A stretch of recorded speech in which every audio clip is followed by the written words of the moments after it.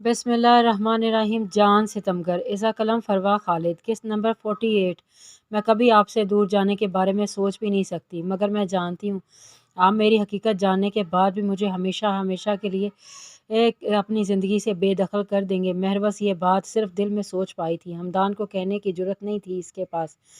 महरबस की वो पूरी रात जाकर गुजरी थी। हमदान इसके लम्स का मरहम पाते ही वैसे ही इसकी गोद में सर रखे सोया रहा था, जबकि महरबस इसके आराम के ख्याल से ज़रा सा हिल तक नहीं पाई थी। इसने पूरी रात अपनी एक ही पोजीशन में बैठकर गुजार दी थी। इसकी टांगें दर्द के मारे जैसे बेजान हो चुकी थी, मगर इसकी हमदान सिद्दीकी के लिए बेपनाह मोहब्बत ही थी जिसकी वजह से वो हमदान का सर अपनी गोद से हटा नहीं पाई थी और शिद्दत तकलीफ़ बर्दाश्त करते हुए मुस्कुराती आंखों के साथ सारी रात उसे दीवानावार निगाहों से तकती रही थी। वो जानती थी इस शख्स के साथ इसकी ज़िंदगी का सफ़र बहुत मुख्तसर सा था, जो इसलिए वो इसके साथ मिला हर लम्हा ऐसे ही खुली आंखों से जीना चाहती थी। ब्लैक स्टार जो दुनिया वालों के लिए दहशत और बुराई की अलामत माने जाते थे, उनकी असल हकीकत क्या थी इसे बहुत कम लोग ही वाकिफ़ थे। वो तीनों एक साथ तो आए थे, मगर उनके इस गैंग को तश्कील देने के पीछे मुल्क की सलामती का कितना बड़ा रीज़न था, ये आज तक कोई नहीं जान पाया था। इन तीनों का ताल्लुक ना तो किसी खुफिया एजेंसी से था और ना ही किसी और अदारे से। वो अपने लीडर आप थे। वो बहुत अच्छे से जानते थे कि फोर्सेस के तमाम अदारे इन्हें ख़त्म करने के लिए हाथ धोकर इनके पीछे पड़े हुए हैं, क्योंकि वह अपने मुल्क में पलते शरपसंद अनासर के सर पर लटकती एक ऐसी अनदेखी तलवार साबित हो रहे थे जिनसे ना तो इनके नाम नहाद सियासी लीडर बच पा रहे थे और ना ही फोर्सेस की वादियों में छुपी काली भेड़ियाँ। पहल पहल शावेज़ सिर्फ़ और सिर्फ शहबाज अफंदी से अपने वालिदैन का बदला लेने के लिए अपना एक मुनज़्ज़म गैंग बनाकर उतना पावरफुल होना चाहता था कि शहबाज अफंदी और उसके ख़ानदान को अपने माँ बाप पर किए गए जुल्म के नतीजे में इबरत का निशान बना सके, क्योंकि वो बहुत बचपन में ही ये बात तो बहुत अच्छे से सीख गया था कि कानून का दरवाज़ा खटखटा कर वो सीधे तरीके से इंसाफ नहीं मांग सकता। शहबाज अफंदी और उसकी जेब से पैसा खाते कई लोग उसे अपने हक तक पहुंचने से पहले ही ज़िंदा निगल जाते, मगर जैसे इसकी मुलाकात हाजिम से हुई और हाजिम की ज़िंदगी की दर्दनाक हकीकत पता चली, तब उसे अंदाज़ा हुआ था कि जुल्म सिर्फ इसी के ख़ानदान के साथ नहीं हुआ था और ना ही एक शहबाज अफंदी जालिम था, बल्कि इस जैसे कई मजलूम और शहबाज अफंदी जैसे बेज़मीर लोग मौजूद थे जो अपनों का ही खून चूस कर अपने लालच की प्यास बुझाना चाहते थे। हाजिम बहुत छोटा सा था जब उसके वालिदैन की डेथ हो गई। उससे बड़ी इसकी दो बड़ी बहनें थीं। वो लोग हिबा के फादर और अपने चाचू के साथ रहते थे, जहाँ सब कुछ बहुत अच्छा चल रहा था। हाजिम के चाचू और चाची इसका बहुत ख्याल रखते थे।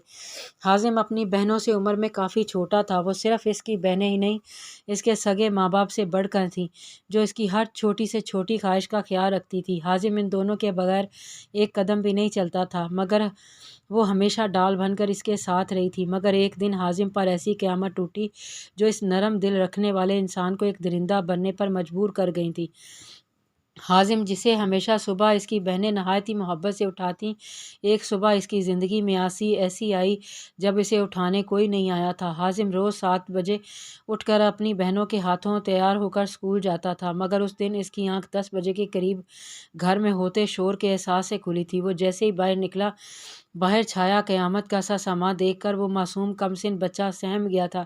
इसकी बहनें कहीं नहीं थीं, मगर इन दोनों के बारे में जो बातें की जा रही थी वो सुनकर हाजिम की ज़िंदगी का सुकून छिन गई थी। इससे तेरी दोनों बहनें अपने आशिकों के साथ मुंह काला करके भाग गई हैं। रात की तारीकी में जब माँ बाप सर पर ना हों तो लड़कियां ऐसे ही गुल खिलाती हैं। हाजिम के कानों से अपने रिश्ते की फूफुओं की कही अब बात टकराई थी। सिर्फ वही नहीं, वो वहाँ मौजूद हर शख्स इसकी बहनों पर ऐसे इल्ज़ाम लगा रहा था कि हाजिम की रूह तक कांप गई थी। नजमा बेगम लोगों के मुंह बंद करने के में हलकान हो रही थी, जबकि इसके चचा एक जानिब सर झुकाए कंधों के साथ चेहरा झुकाए बैठे थे। छोटी सी हिबा पिंक फ्रॉक पहने दीवार से लगी सहमी निगाहों से सब देख रही थी। इसकी नज़रें हाजिम पर आन अटकी थी, जो लाल चेहरे के साथ नफ़ी में सर हिलाता इन सब लोगों के मुंह बंद कर देना चाहता था, मगर इसमें इतनी अभी ताकत नहीं थी कि वो इन लोगों से लड़ पाता। लेकिन इसका दिल गवाही दे रहा था कि उस पर जान निछावर करने वाली इसकी बहनें कुछ गलत नहीं कर सकती और ना ही इसे छोड़कर जा सकती हैं। वो 15 साल का था, इतना छोटा बिल्कुल भी नहीं था कि लोगों की बातों पर यकीन कर लेता।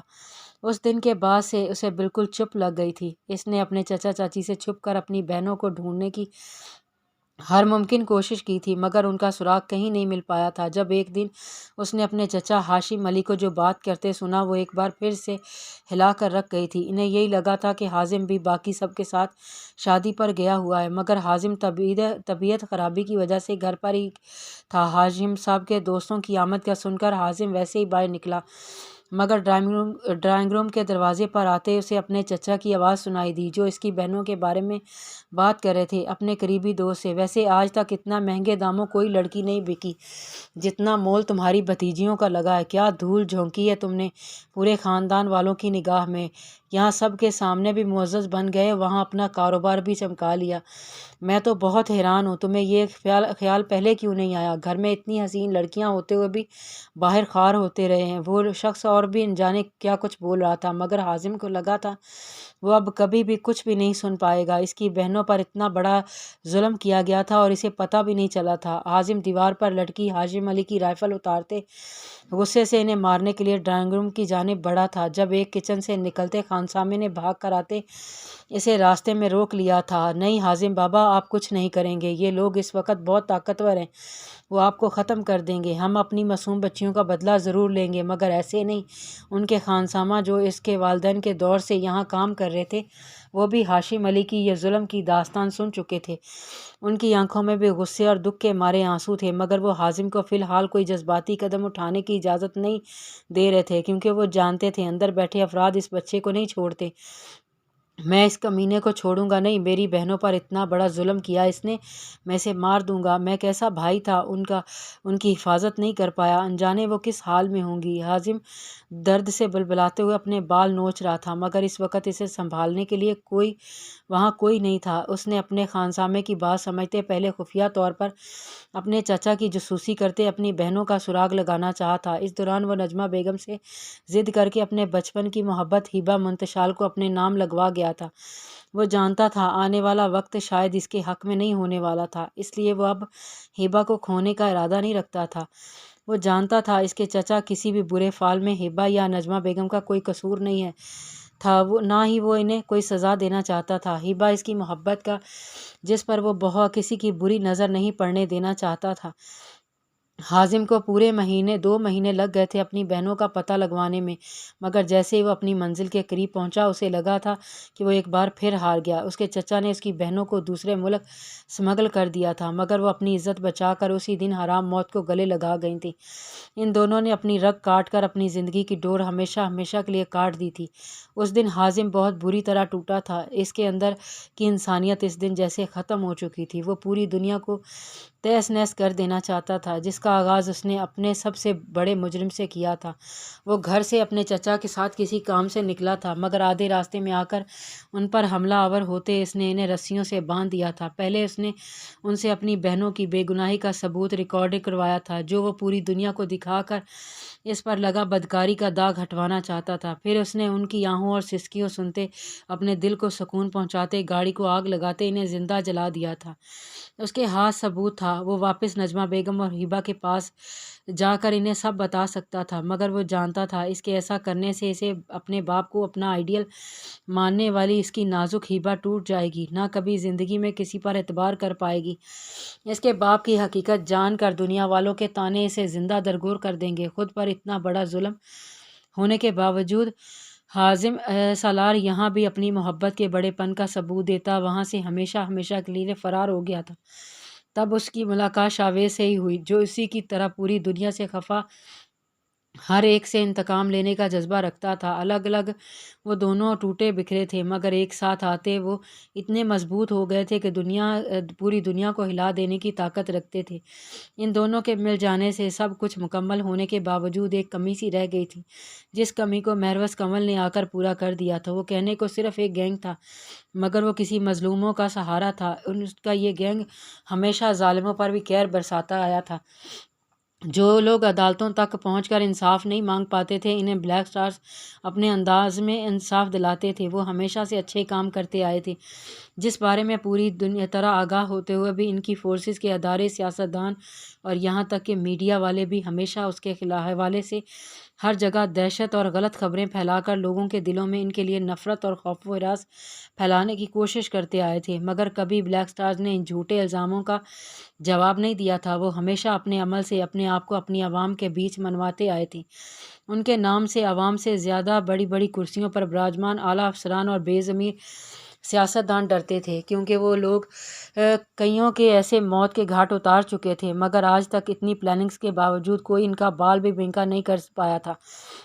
جب ایک بار ان کو ختم کرنے کے لیے تمام اداروں نے مل کر اپنی ایک ٹیم تیار کی تھی، جس کا لیڈر انہوں نے اپنے ہی ایک پولیس آفیسر بنایا تھا، جو کہنے کو تو پولیس آفیسر تھا، در حقیقت وہ بھی کالے دھندوں میں ملوث تھا، جس کے کام میں ہمیشہ بلیک سٹارز آ کر اسے پورا نہیں ہونے دیتے تھے، اور وہ شخص تھا ہمدان صدیقی کا بڑا بھائی رضوان صدیقی، جس کی تربیت صدیقی صاحب نے ہمدان کی طرح بہت اچھی کی تھی، مگر بری سنگت میں پڑھ کر وہ اپنا ایمان بیچ بیٹھا تھا۔ اسے بھی پیسہ کمانے کا شوق چڑھا تھا، جس میں وہ حلال اور حرام کا فرق بھلائے بس اونچے سے اونچے عہدے پر جانا چاہتا تھا۔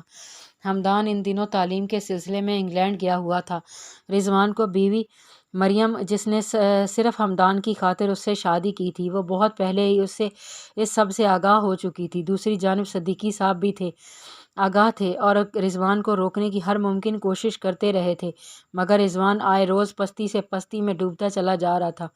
اس نے بہت غلط کام کرنا شروع کر دیے تھے، جس کی وجہ سے اکثر اس کا مریم سے جھگڑا ہوتا تھا۔ فرح، جو مریم کی نیت سے واقف تھی، وہ یہی سمجھتی رہی تھی کہ مریم جان بوجھ کر اس کے بھائی کو مینٹلی ٹارچ کر رہی ہے، مگر وہ یہ نہیں جانتی تھی کہ اس ٹینشن کا ریزن تو اس کا بھائی خود تھا۔